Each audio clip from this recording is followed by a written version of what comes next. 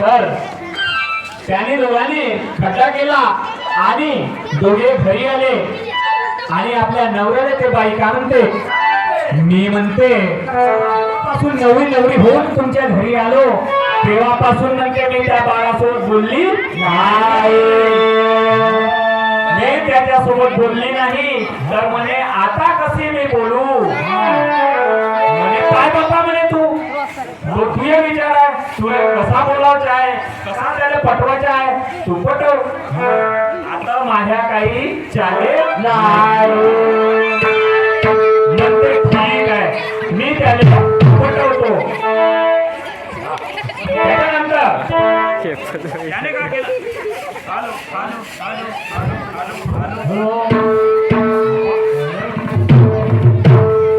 तर म्हणते आपण मी याला एक लाडी गोडीनं मोठ्या प्रेमानं याले म्हणते मी आपल्या काबूत घेतो, स्टँड घ्यावर का त्याचे लावून आपण मोबाईल म्हणजे मी याला मोठ्या युक्तीनं पटवतो. वर वर आंघोळ केली, मुलांना सुद्धा आंघोळ करून दिला, स्वयंपाक केला आणि त्याले नवीन कपडे घालण्यासाठी तयार केला आणि नवरा मात्र निराश होऊन डोळ्यात पाणी पटापटा आणू लागला. मुलाला त्याची काही हिंमत होत नव्हती, पण बाई मोठी डेरिंगबाज तिनं मोठ्या युक्तीनं त्या बाळाला हाका मारली, त्याची आंघोळ करून दिली, त्याला जेवण दिलं आणि मग त्याला म्हणते आपण मामाच्या गावाला जाऊ, काय म्हणते आपण मामाच्या गावाला जाऊ. मुलगा कोणताही असो त्याला गावाला म्हणला नवीन कपडे म्हणला का तो तयार होते हाऊस काय माहित होता की हा ही बाई मला माझा प्राण घेणार आहे म्हणून, तर ती आवाज कशी मारते, अरे ये रे दादा ये रे माझा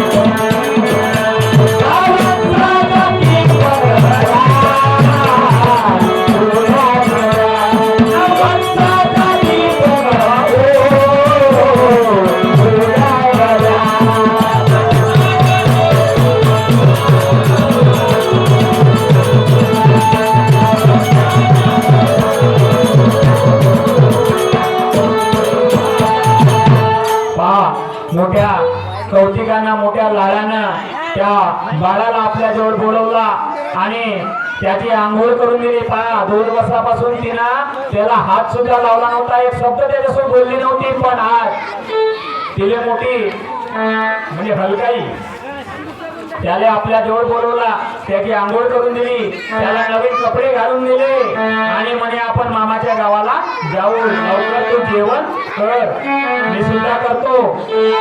आणि दोघे पती पत्नी त्या मुलाला घेऊन नवीन कपडे घालून मोठ्या तयारीनं शेतावर निघाले. आता मुलाला काय माहित, बिचारा निरागस मुलाला, 5 वर्षाचा तो मुलगा होता, त्यांच्यासोबत मोठ्या हौसीनं त्याच्यासोबत जाऊ लागला. आणि हे दोघेही पती पत्नी शेतावर गेल्यानंतर ज्या ठिकाणी तो गड्डा खचला होता त्या ठिकाणी जाऊन थांबले. ज्या ठिकाणी गड्डा खोदला होता त्या ठिकाणी जाऊन थांबले. नंतर त्या बाईने काय युक्ती लढवली, आपल्या मोठ्याचे म्हणजे कमरेला जो शेव खोसला होता त्याच्यामध्ये काही चिल्लर पैसे होते.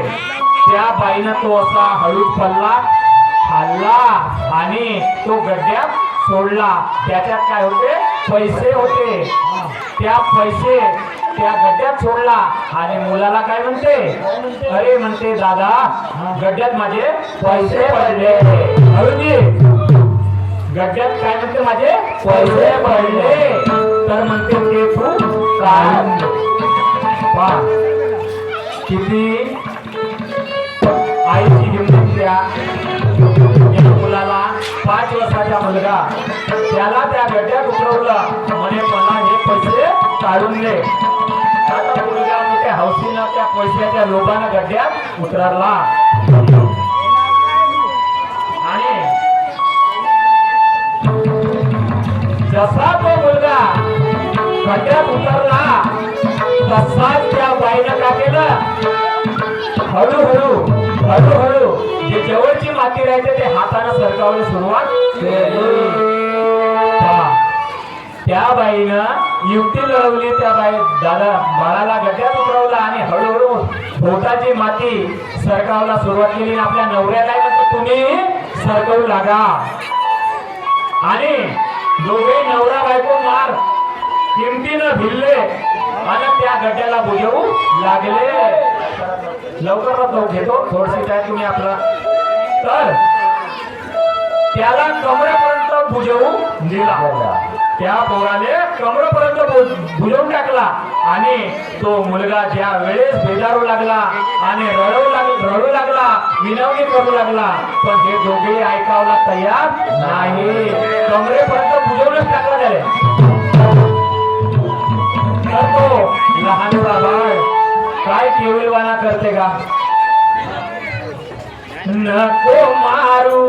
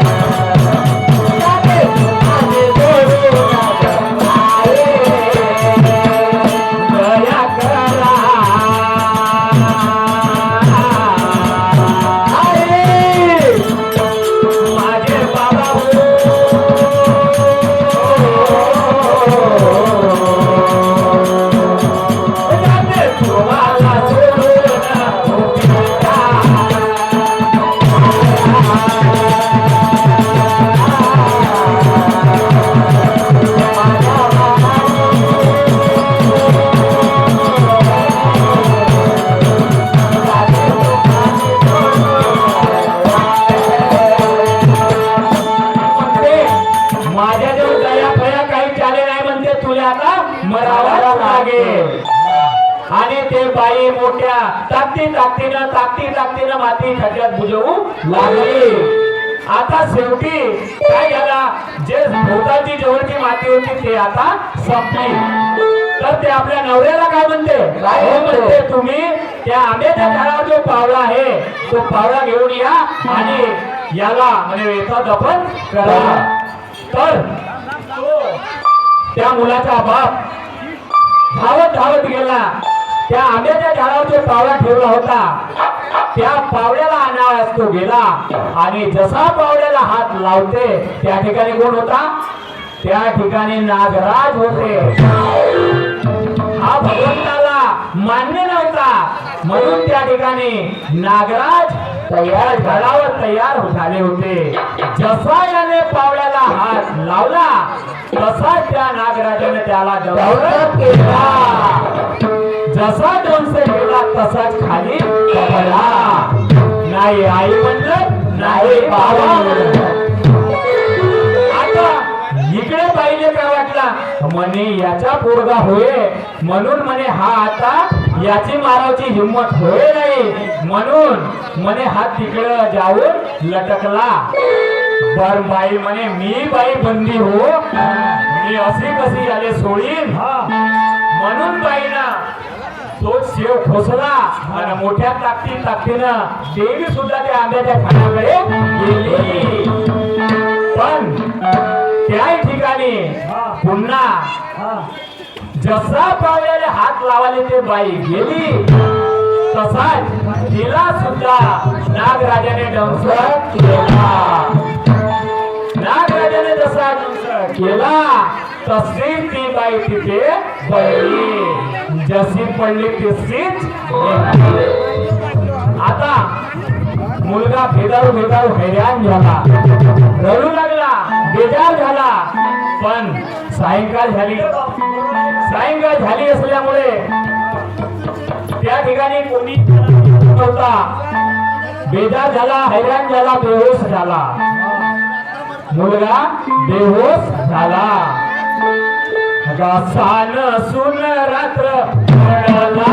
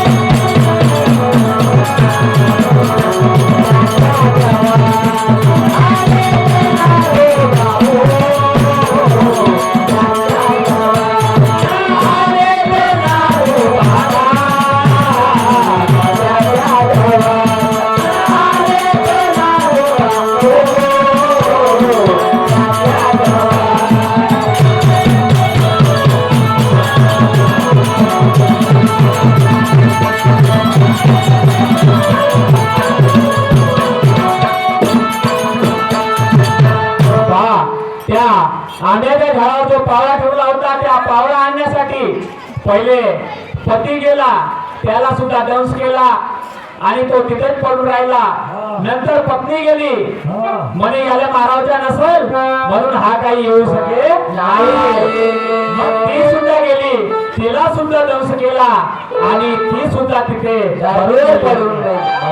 मग नागोबाने त्या ठिकाणाहून आंब्याच्या झाडावरून स्वतः प्रस्थान त्या गड्ड्याजवळ केला आणि नागोबा त्या गड्ड्याजवळ आले आणि मुलाची अवदशा पाहून त्यांनी त्या ठिकाणी मुक्काम रात्रभर नागोबाने त्या मुलाचा संरक्षण केला.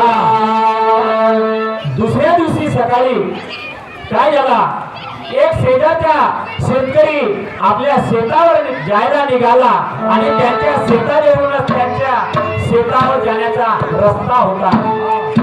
या ठिकाणी त्याला अचानक विचार पडला म्हणे कालपर्यंत या ठिकाणी गड्डा नव्हता आणि आज या ठिकाणी म्हणे माती खोदली आहे. हे कसा काय प्रकार आहे म्हणे मी आता जवळ जाऊनच पाहतो. म्हणून त्याने काय केला, रस्त्याने जाता जाता त्या गड्ड्याकडे जायला निघाला आणि गड्ड्याजवळ जाऊन पोचला. जसा जाऊन पोचला तसा त्याला पहिले कोण दिसला, नागोबा. पहिले कोण दिसला, नागोबा दिसला. अरे बापरे, म्हणजे एवढा मोठा नागोबा. तो घाबरला. म्हणते नागोबाला त्याला विनंती केली आणि हात जोडले आणि तो नागोबा थोडा बाजूला झाला आणि त्यानंतर त्याने डोकावून पाहिले पण त्याची हिंमत काही झाली नाही. तर त्या ठिकाणी तो मुलगा बेशुद्ध असा पडलेला होता. जसा त्याने त्या मुलाला पाहिला आणि तसाच हा घराकडे पळत सुटला. त्याने जे दृश्य पाहिले ते पाठपुरावे होऊन आपल्या लोकांजवळ सांगण्यास सुरुवात केली. म्हणजे फलाण्याच्या शेतावर एक गड्डा आहे आणि त्या गड्ड्यामध्ये बाळ आहे आणि तो बेहोश पडलेला आहे आणि त्याच्या रक्षणाने एक नागोबा करत आहे. त्याने गावातील 4-5 लोक घेऊन तो त्या ठिकाणी पोहोचला आणि ते सुद्धा गेल्यावर नागोबा तिथेच होता. तर ते सगळे मिळून त्या नागोबाला नमस्कार करून काय म्हणतात, मुलासी आलो नाही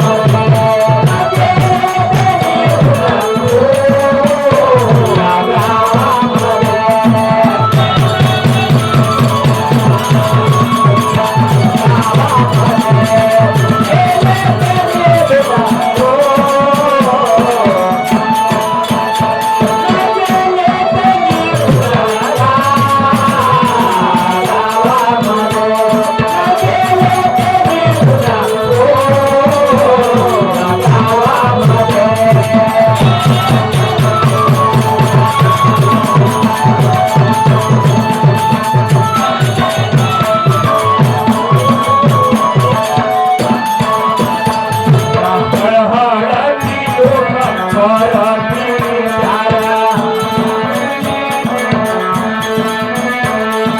हर हर की लोक करती विचार करते विचार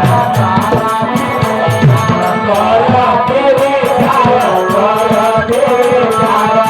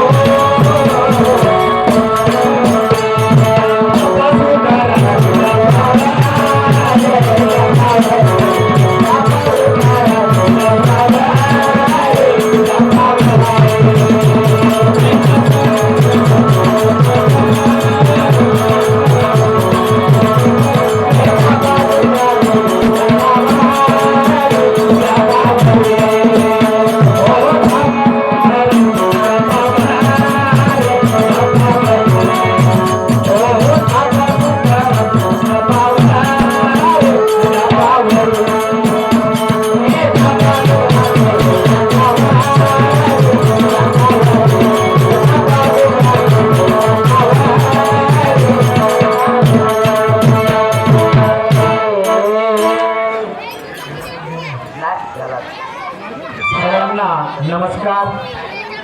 आता आम्ही सर्व मिळून भगवंतांना जयघोष करतो आणि आपल्या कार्यक्रमाला विराम देतो. सर्वांना नमस्कार. सर्व मिळून भगवंतांना जयघोष करू. भगवान बाबा हनुमान जी जय. महान त्यागी बाबा जुमदेव जी की जय.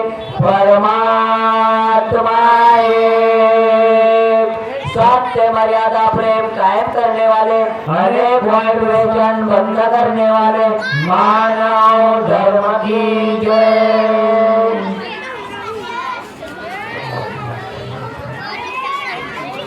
तर संपूर्ण सेवक सेविका बालगोपाल तसेच बाहेर गावून आलेले सर्व पाहुणे मंडळी आपण लवकरात लवकर कार्यक्रमाच्या स्थळी जेवण करण्याकरता येण्याची कृपा करावी. आता लगेच सांस्कृतिक कार्यक्रमाला सुरुवात होत आहे. करिता ताबडतोब या. तर